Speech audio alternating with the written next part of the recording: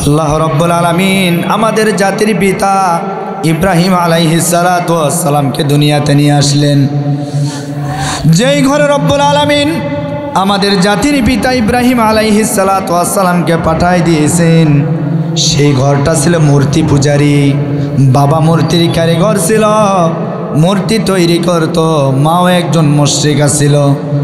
আমার ভাইয়েরা, সেই ঘরে ইব্রাহিম আলাইহিস সালাতু ওয়াস সালামকে রব্বুল আলামিন পাঠায় দিয়েছেন। ইব্রাহিম নবী যখন দুনিয়াতে চলে আসলেন, আসার পরে ছোট্ট অবস্থায় 4 থেকে 5 বৎসর বয়স।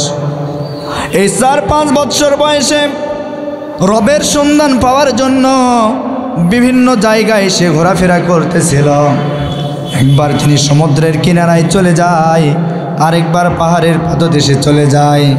যেদিন সমুদ্রের কিনারায় গিয়েছিল, মনে মনে ভেবেছিল যে এই সূর্যটা পূর্ব দিগন্তে উদিত হয়ে গেল, এই সূর্যটাই মনে হয় আমার রব হবেন। ইব্রাহিম আলাইহিস সালাতু ওয়াস সালাম সারাটা দিন ওই সমুদ্রের কিনারায় কাটানোর পরে তিনি যখন দেখতে পেলেন না এই সূর্য পূর্ব দিগন্তে উদিত হয়, পশ্চিম দিগন্তে অস্তমিত যায়, যেই সূর্য একবার ওঠে আবার অস্তমিত হয়ে যায়, এই সূর্য আমার জন্য কোনো দিন রব হতে পারে না। রাত্রিবেলা থাকলেন, এমন অবস্থায় তিনি লক্ষ্য করে দেখলেন আকাশের উপরে চাঁদ উদিত হয়েছে।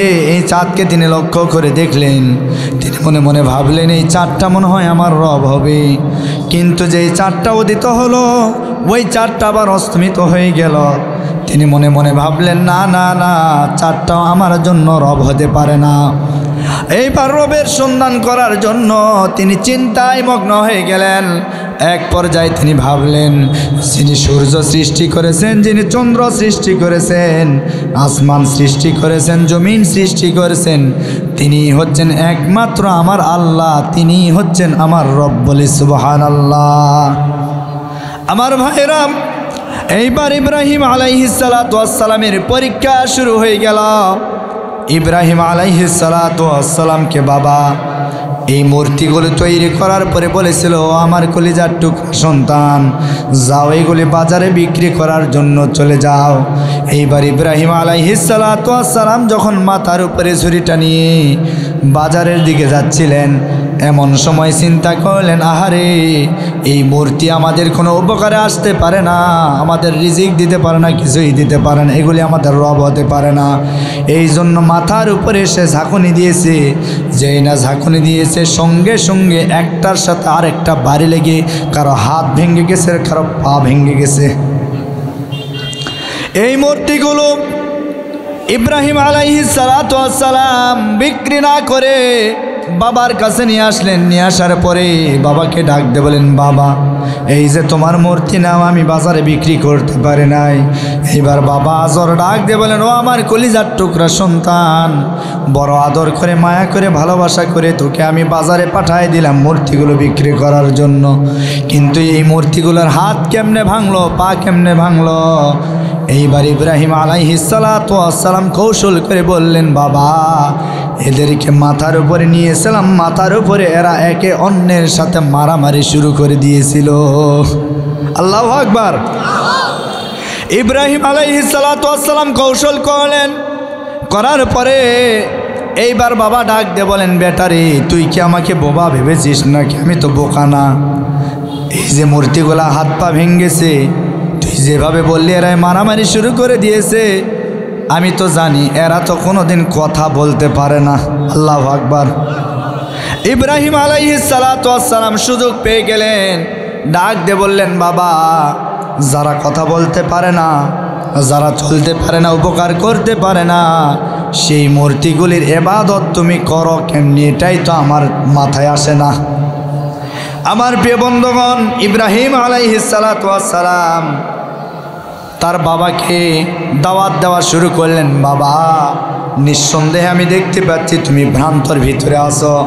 কোরআনে কারিমের আল্লাহ রাব্বুল আলামিন আনআমের ৭৪ নম্বর আয়াতে কারিমার ভিতরে জানাই দিয়েছেন, ওয়া ইয ক্বালা ইব্রাহিমু লিআবিহি আযারা আতাত্তাখিযু আসনামান আলিহা ইন্নী আরাকা ওয়া কওমাকা ফি দালালিম মুবিন।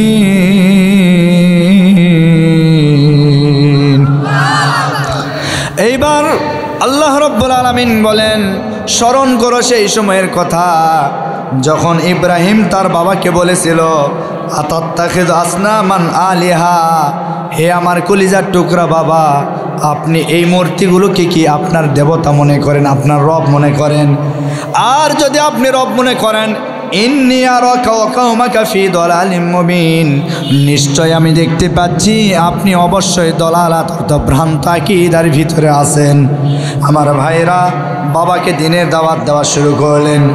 বাবাকে যখন দিনের দাওয়াত দেওয়া শুরু করলেন, এইবার আজর ডাক দিয়ে বলেন, হে আমার সন্তান ইব্রাহিম, আল্লাহ রাব্বুল আলামিন সুন্দর করে কোরআনে কারিমের ভিতরে কোট করে দিয়েছেন, ক্বালা রাগিবুন আনতা আন আলিহাতি ইয়া ইব্রাহিম লা ইল্লাম তানতাহি লা আরজুমান্নাকা ওয়াহজুরনি মালিয়া।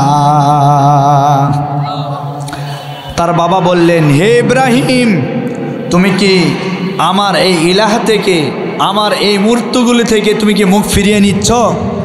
তবে তুমি যদি এই মূর্তিগুলো থেকে মুখ ফিরিয়ে নাও, নিঃসন্দেহে তুমি জেনে নাও, লা ইল্লাম তানতাহি লা আরজুমান্নাক, আমি কিন্তু তোমাকে প্রস্তারাঘাত করব, আমি তোমাকে পাথর দ্বারা তোমার মাথায় ক্ষতবিক্ষত করে দিয়ে তোমাকে কিন্তু চূর্ণ বিচূর্ণ করে তোমাকে দুনিয়া থেকে বিদায় করব। নাউজুবিল্লাহ। আচ্ছা বলেন তো, কে বলছেন এই কথা? আমার কথা কি বোঝা যায় না? বললেন কে? নিজের কলিজার টুকরা, নিজের একেবারে আপন বাবা সন্তানকে বলছেন, ইব্রাহিম, তুমি কি এই মূর্তিগুলো থেকে মুখ ফিরিয়ে নিবা?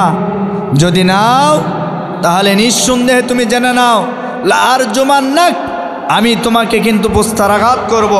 এরপরে বললেন, ওয়াহজুরনি মালিয়া, শুধু তাই নয়, আমি তোমাকে ত্যায্য পুত্র করব, ঘর ছাড়া করব, বাড়ি ছাড়া করব। নাউজুবিল্লাহি মিন যালিক। একজন বাবা হয়ে সন্তানকে এই কথা বললেন। আচ্ছা বলেন তো, এই হুমকি ধামকি পাওয়ার পরে ইব্রাহিম আলাইহিস সালাতু ওয়াস সালাম দিনের দাওয়াতকে বন্ধ করেছেন? সবাই বলেন। আজও আপনি দেখবেন ওই ইব্রাহিমের উত্তরসূরিরা যারা এতদিন পর্যন্ত দিনের দাওয়াত দিয়েছে, দাওয়াত দেওয়ার পরে ওই জালিমের বাচ্চারা ওই ইব্রাহিম নবীর উত্তরসূরিদেরকেও হুমকি ধামকি দিয়ে জেলখানায় বন্দি করে রেখেছিল। কথা বলেন ঠিক কিনা? সুতরাং ইব্রাহিম নবী যেভাবে হুমকি ধামকির পরোয়া করে না, এক আল্লাহর একত্ববাদের দাওয়াত দিয়েছেন, আমরাও বলতে চাই, আমরাও যতদিন স্বৈরা শাসক ছিল, আপনারা জানেন এই ঠাকুরগাঁয়ের জমিনে আমি গত বছর 4টা মাহফিল করেছি, প্রত্যেকটা মাহফিলে আমি স্বৈরা শাসকের বিরুদ্ধে কথা বলেছি। কথা বলেন ঠিক কিনা? সুতরাং আজকে বাংলাদেশ থেকে বিদায় নিয়ে চলে গেছে, আমরা বলতে চাই, এতদিন পর্যন্ত আমাদের গলা একেবারে চেপে ধরেছিল, যারাই হক কথা বলতো তাদেরকে মামলা হামলা দিয়া জেলখানায় বন্দি করে রাখত। কথা বলেন। আচ্ছা এই কাজটা কি এখনকার যুগের না সেই যুগের? কথা বলেন না কেন? সেই যুগ থেকে শুরু হয়ে এসেছে। বাবা সন্তানকে বললেন, হে আমার কলিজার টুকরা সন্তান, আমি তোমাকে ভালোবাসি, মহব্বত করি, সব ঠিক আছে, কিন্তু আমার মূর্তির বিপক্ষে চলে গেলে তখন আমি সন্তান হিসেবে তোমাকে কিন্তু আমি পরিচয় দেব না, তখন তুমি আমার শত্রু, তোমাকে পাথর দাগা আঘাত করা হবে, এমনকি আমার বাড়ি থেকে বের করে দেওয়া হবে, ত্যায্য পুত্র করা হবে।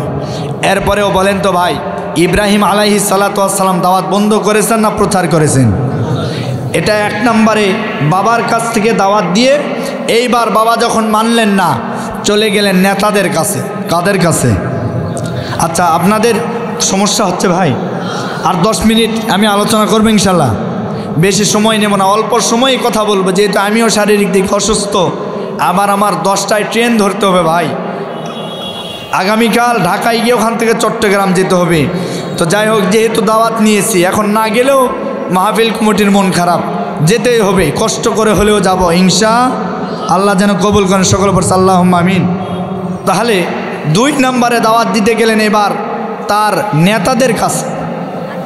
নেতাদের কাছে যখন দাওয়াত দিয়ে গেলেন, যাওয়ার পর আল্লাহর পয়গম্বর ইব্রাহিম আলাইহিস সালাতু ওয়াস সালাম নেতাদেরকে এবার বললেন, কি বললেন জানেন? আল্লাহ রাব্বুল আলামিন বলেন, ইয ক্বালা লিআবিহি ওয়া কওমিহি মা হাযিহি তামাসিলুল্লাতী আনতুম লাহা আকিফুন। নেতাদেরকে বললেন, হে নেতারা, বাবা সহকারে বললেন, তোমরা যে এই মূর্তিগুলোর পূজা করো, তোমরা যে দেবদেবীর পূজা করো, আনতুম লাহা আকিফুন, নিশ্চয় আমি দেখতে পাচ্ছি তোমরা এগুলি কুফরি করছো, আল্লাহর সাথে শিরিক করছো। এই পৃথিবীর জমিনে আল্লাহ রাব্বুল আলামিন সমস্ত পাপগুলি মাফ করবেন, কিন্তু আল্লাহ কোনো দিন শিরিকের গুনাহ মাফ করবে না। সুতরাং তোমরা এক আল্লাহর আনুগত্য শুরু করে দাও, দেবদেবীর মূর্তি পূজা বাদ দিয়ে দাও, যিনি তোমাদেরকে সৃষ্টি করেছেন সেই আল্লাহর আনুগত্য শুরু করে দাও। এইবার জাতিরা জবাব দিয়ে বললেন, ও ইব্রাহিম, শুনে নাও, ক্বালু ওয়াজাদনা আবানা লাহা আবিদিন। আচ্ছা ইব্রাহিম, তুমি যে এক আল্লাহর দাওয়াত দাও, এতদিন পর্যন্ত আমরা তো বাপদাদার কাছ থেকে এই ধর্মগুলো পালন করলাম, আমাদের বাপদাদারা পালন করেছে, আমরাও করতেছি, তোমার সমস্যা কি? আজও সমাজের ভিতরে দেখবেন, আপনি ইসলাম দিয়ে, কোরআন দিয়ে, হাদিস দিয়ে কিছু মানুষকে বোঝাবেন, ও বলবে না বাপদাদার আমল থেকে করে আসছে, আর এই হুজুরের ফতোয়া দিকে আজকে নতুন। আছে না নাই ভাই? সমাজে এই ধরনের কথা বলার লোকও আছে। সুতরাং বাপদাদার ধর্ম দিয়ে ইসলাম চলে না। কথা বলেন, ইসলাম চলবে কার নিয়মে? সবাই বলেন, আল্লাহর নিয়মে ইসলাম চলবে, আপনার বাপদাদার ধর্ম দিয়ে ইসলাম চলবে না। এবার জাতির লোকেরা বললেন যে আমরা তো বাপদাদার কাছ থেকে এইগুলি পেয়েছি, আমরা সেই বাপদাদার আমল থেকে এগুলি পালন করতেছি। ইব্রাহিম আলাইহিস সালাতু ওয়াস সালাম বলেন, قال لقد كنتم أنتم وآباؤكم في ضلال مبين। আমি দেখতে পাচ্ছি বাপদাদা হোক আর যেখান থেকেই হোক, তোমরাও গুমরাহির ভিতরে আছো, তোমাদের বাপদাদা সবাই গুমরাহির ভিতরে ছিল। নাউজুবিল্লাহ। কোন অতএব মূর্তি পূজা করা যাবে, এ কথা বলার পরে আমার ভাইরা এইবার নেতারা জবাব দিলেন। কি জবাব দিলেন জানেন? আল্লাহ বলেন, ক্বালু আজি'তানা বিল হাক্কি আম আনতা মিনাল লাইবিন। হে ইব্রাহিম, আমরা দেখতে পাচ্ছি তুমি যা বলছো এগুলি আমাদের কাছে কৌতুক ছাড়া কিছুই মনে হচ্ছে না। নাউজুবিল্লাহ। কোন আচ্ছা, ইব্রাহিম আলাইহিস সালাতু ওয়াস সালাম দ্বীনের দাওয়াত দিচ্ছেন, আর তার জাতির লোকেরা বলছেন তুমি হলে কৌতুককারী। আমার নবীজিকেও বলা হয়েছিল, যখন দিনের দাওয়াত দিয়েছেন বলা হয়েছিল আবদুল্লাহর ছেলে মোহাম্মদ জাদুকর, মিথ্যাবাদী, এরপরে আরও কত কি গালি। কথা বলেন ঠিক কিনা? আপনি দিনের দাওয়াত দিতে গেলে সেই যুগে ইব্রাহিম নবীকে বলা হয়েছিল তিনি কৌতুককারী, নবীজিকে বলা হয়েছিল তিনি জাদুকর। সাউন্ড কমে যায় কে? দেখেন, এমনিতে আমার গলার সমস্যা, তার মধ্যে ওই দিকেও সমস্যা। ভলিউম দেন ভাই, ভলিউম দেন, আরো ভলিউম দেন, সমস্যা কি? ভলিউম দেন। সম্মানিত ভাইরা আমার, হ্যাঁ এদিকে আমি ওয়াজ করি, আপনি মাইকও ঠিক করেন, সমস্যা নেই, প্রধান বক্তা আসা পর্যন্ত। না কি বলেন আপনারা? মানে আপনার যা হয়েছে হয়েছে, আপনার আরও হোক নাকি এরকম নাকি? আল্লাহ মাফ করুক, বলি আল্লাহুম্মা আমিন। আর জোরে বলে আল্লাহুম্মা আমিন। আমার ভাইরা, আমি আপনাদেরকে যতটুকু সময় কথা বলবো, কোরআন হাদিসের বাইরে একটা কথাও বলবো, একটু খেয়াল করে শুনেন। দেখেন ইসলাম ধর্মটা কত যে কঠিন, মানতে গেলে কঠিন, যারা মানে না তাদের কাছে সহজ। ইব্রাহিম আলাইহিস সালাতু ওয়াস সালাম এমনি জাতির পিতা হয় নাই, পরীক্ষা দিয়েছেন, এরপরে জাতির পিতা হয়েছেন। আর আমাদের একজন জাতির পিতা তৈরি করে রেখেছিল, বাপ রে বাপ, কোনো পরীক্ষা নাই। কথা বলেন না কেন? কোথায় জাতির পিতা, কোথায় স্যান্ডেলের পিতা? কথা বলেন ঠিক কিনা? জাতির পিতা হয়ে বসে আছে। তবে আলহামদুলিল্লাহ আমাদের একজন উপদেষ্টা, তার নাম হলো সম্ভবত নাহিদ বলেছিল যে শেখ মুজিবকে জাতির পিতা বানাইছে কে, এর তথ্য এখন আমরা বাংলাদেশে পাই নাই। আমি মনে করি এদেশ স্বাধীন করার জন্য বঙ্গবন্ধু শেখ মুজিবুর রহমানের অগ্রণী ভূমিকা আছে, আমরা এটা স্বীকার করি, আমরা বিশ্বাস করি, কিন্তু তাকে আমরা জাতির পিতা মানি না। কথা বলেন ঠিক কিনা? তাকে আমরা মানি না। আজকে সারা বাংলাদেশের ভিতরে ইব্রাহিম আলাইহিস সালাতু ওয়াস সালাম মূর্তির বিরুদ্ধে লড়াই করলেন, আর তার মেয়ে করলেন কি, বাবার নামে বাবার ছবি অঙ্কন করে সারা বাংলাদেশের মোড়ে মোড়ে বিভিন্ন জায়গায় মূর্তি তৈরি করে দিয়েছিলেন। আমি মনে করি, আমি বারবার বলি, তার মেয়ে যে সমস্ত মূর্তিগুলো তৈরি করে দিয়েছিল এই 5 আগস্টের স্বাধীনতার পরে ওই মূর্তিগুলির মাথার উপরে পাখি পায়খানা করে দিয়েছে। তার মানে বোঝা গেল এটা বঙ্গবন্ধুর জন্য সম্মান না অসম্মান? কথা বলেন না কেন? এখন অসম্মান করলো কে? তার নিজের একেবারে কলিজার টুকরা সন্তান হাসিনা। কথা বলেন।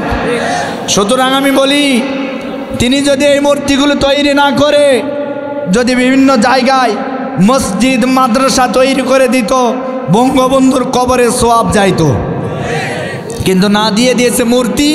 মানে উপরে যা আসাব হয়েছে ভিতরে আর তার সে ডবল হবে। কথা বলেন ঠিক কিনা? এই জন্য মূর্তি পূজা করা যাবে না।